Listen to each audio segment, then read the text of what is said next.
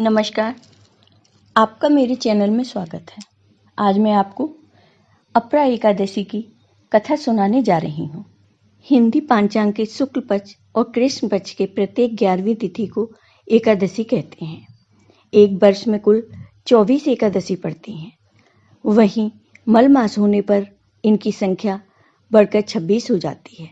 एकादशी के दिन भगवान विष्णु की पूजा पूरे श्रद्धा भाव से की जाती है।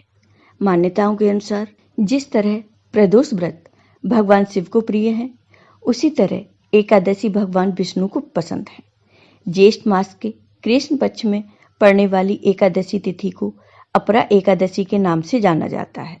इस साल अपरा एकादशी 6 जून को मनाई जाएगी। इस दिन लोग व्रत रखते हैं और पूजा करते हैं। पूजा के समय अपरा एकादशी व्रत की कथा सुनी जाती है। इससे पूजा पूर्ण होती है और पाप से मुक्ति भी मिलती है। अगर आपको ये कहानी पसंद आए तो कमेंट बॉक्स में ओम भगवते वासुदेवाय नमः जरूर लिखिए। साथ ही अगर आपने मेरे चैनल को अभी तक सब्सक्राइब नहीं किया तो सब्सक्राइब कर लीजिए। साथ ही बेल आइकॉन पर क्लिक जरूर कीजिए, जिससे हमारे वीडियो के नोटिफिकेशन आपको मिलते रहें। एक बार एक राजा ने अपने राज्य में एक बहुत ही मनमोहक उद्यान तैयार करवाया। इस उद्यान में इतने मनोहर पुष्प लगते कि देवता भी आकर्षित हुए बिना नहीं रह सके और वे उद्यान से पुष्प चुरा कर ले जाते। राजा चोरी से बहुत परेशान थे। लगातार वीरान होते उद्यान को बचाने के राजा के सारे प्रयास विफल हो रहे थे। अब चोरी कोई इंसान करे तो पकड़ में आए। देवता दबे पांव आते और अपना काम कर निकल जाते। किसी को कानो कान खबर नहीं होती। अब राजपुरोहितों को बुलाया गया। सभी ने अंदाजा लगाया कि ये तो किसी देवी शक्ति का काम है, किसी इंसान की हिम्मत तो नहीं हो सकती। उन्होंने सुझाव दिया कि भगवान श्री हरि के चरणों में जो पुष्प हम अर्पित करते हैं, उन्हें उद्यान के चारों ओर डाल दिया जाए। देखते हैं बात बनती है या नहीं। और तो कोई विकल्प था नहीं। ऐसा ही किया गया। देवता और अप्सराएं नित्य की तरह आए, लेकिन दुर्भाग्य से एक अप्सरा का पैर भगवान विष्णु को अर्पित किए पुष्प पर रख गया, जिससे उसके समस्त पुण्य समाप्त हो गए और वह अन्य साथियों के साथ उड़ान न भर सकी। सुबह होते ही इस अद्वितीय युवती को देखकर सब हैरान रह गए। राजा को खबर की गई। राजा भी देखते ही सब भूलकर उस पर मुग्ध हो गए।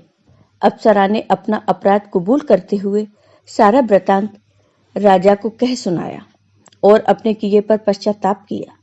तब राजा ने कहा कि हम आपकी क्या मदद कर सकते हैं।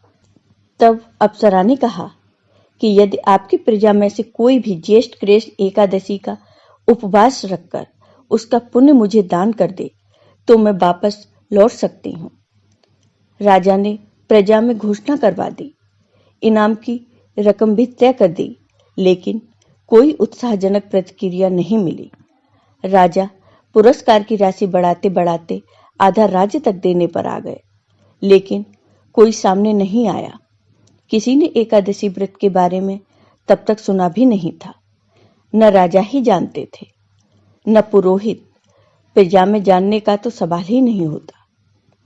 परेशान अप्सरा ने चित्रगुप्त को याद किया। तब अपने बही खाते से देखकर चित्रगुप्त ने जानकारी दी कि इस नगर में एक सेठानी से अनजाने में एकादशी का व्रत हुआ है।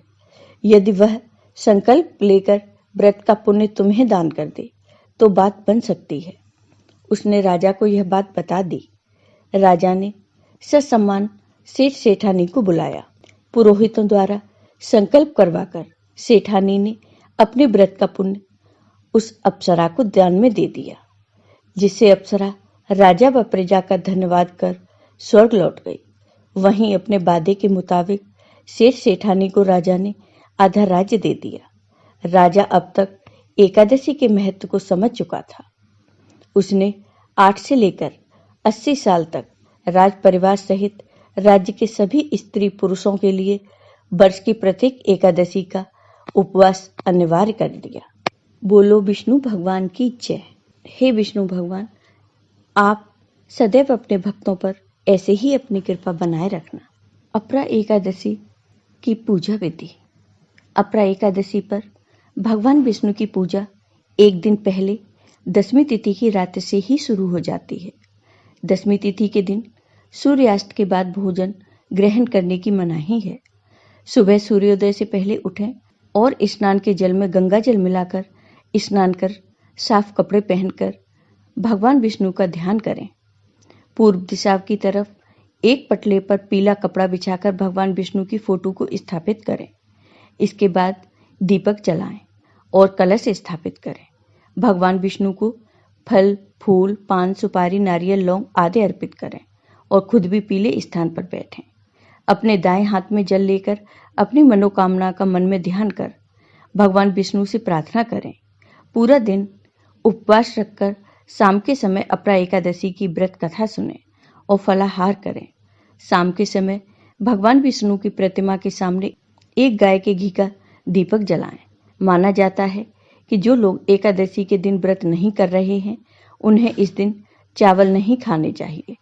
एकादशी के दिन विष्णु सहस्त्र नाम का पाठ करने से भगवान विष्णु की विशेष कृपा मिलती है। अपरा एकादशी के दिन यदि संभव हो तो रात भर जागकर भगवान विष्णु का भजन कीर्तन करना चाहिए।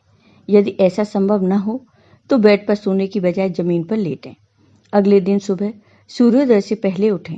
स्नान करने के बाद मंदिर में धूप दीप करें और व्रत की सफलता के लिए भगवान को धन्यवाद दें। सूर्य को जल चढ़ाएं और तुलसी के सामने धूप दीप करें। मान्यता है कि ऐसा करने से व्रत के सभी मनोरथ पूरे होते हैं। अपरा एकादशी का महत्व। पौराणिक कथाओं के मुताबिक भगवान श्री कृष्ण के कहने पर पांडवों ने अपरा एकादशी का व्रत किया था, जिससे उनकी महाभारत के युद्ध में विजय हुई थी।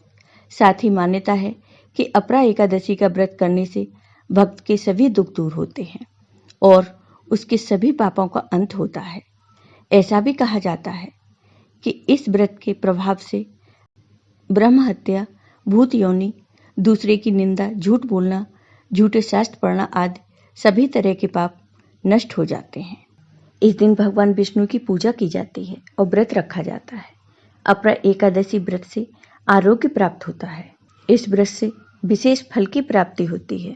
ऐसी मान्यता है कि विधि पूर्वक भगवान विष्णु की पूजा करने से जीवन में सुख समृद्धि का वास होता है। अगर आपको ये वीडियो पसंद आया हो तो कमेंट बॉक्स में भगवान विष्णु की जय अवश्य लिखिए। धन्यवाद।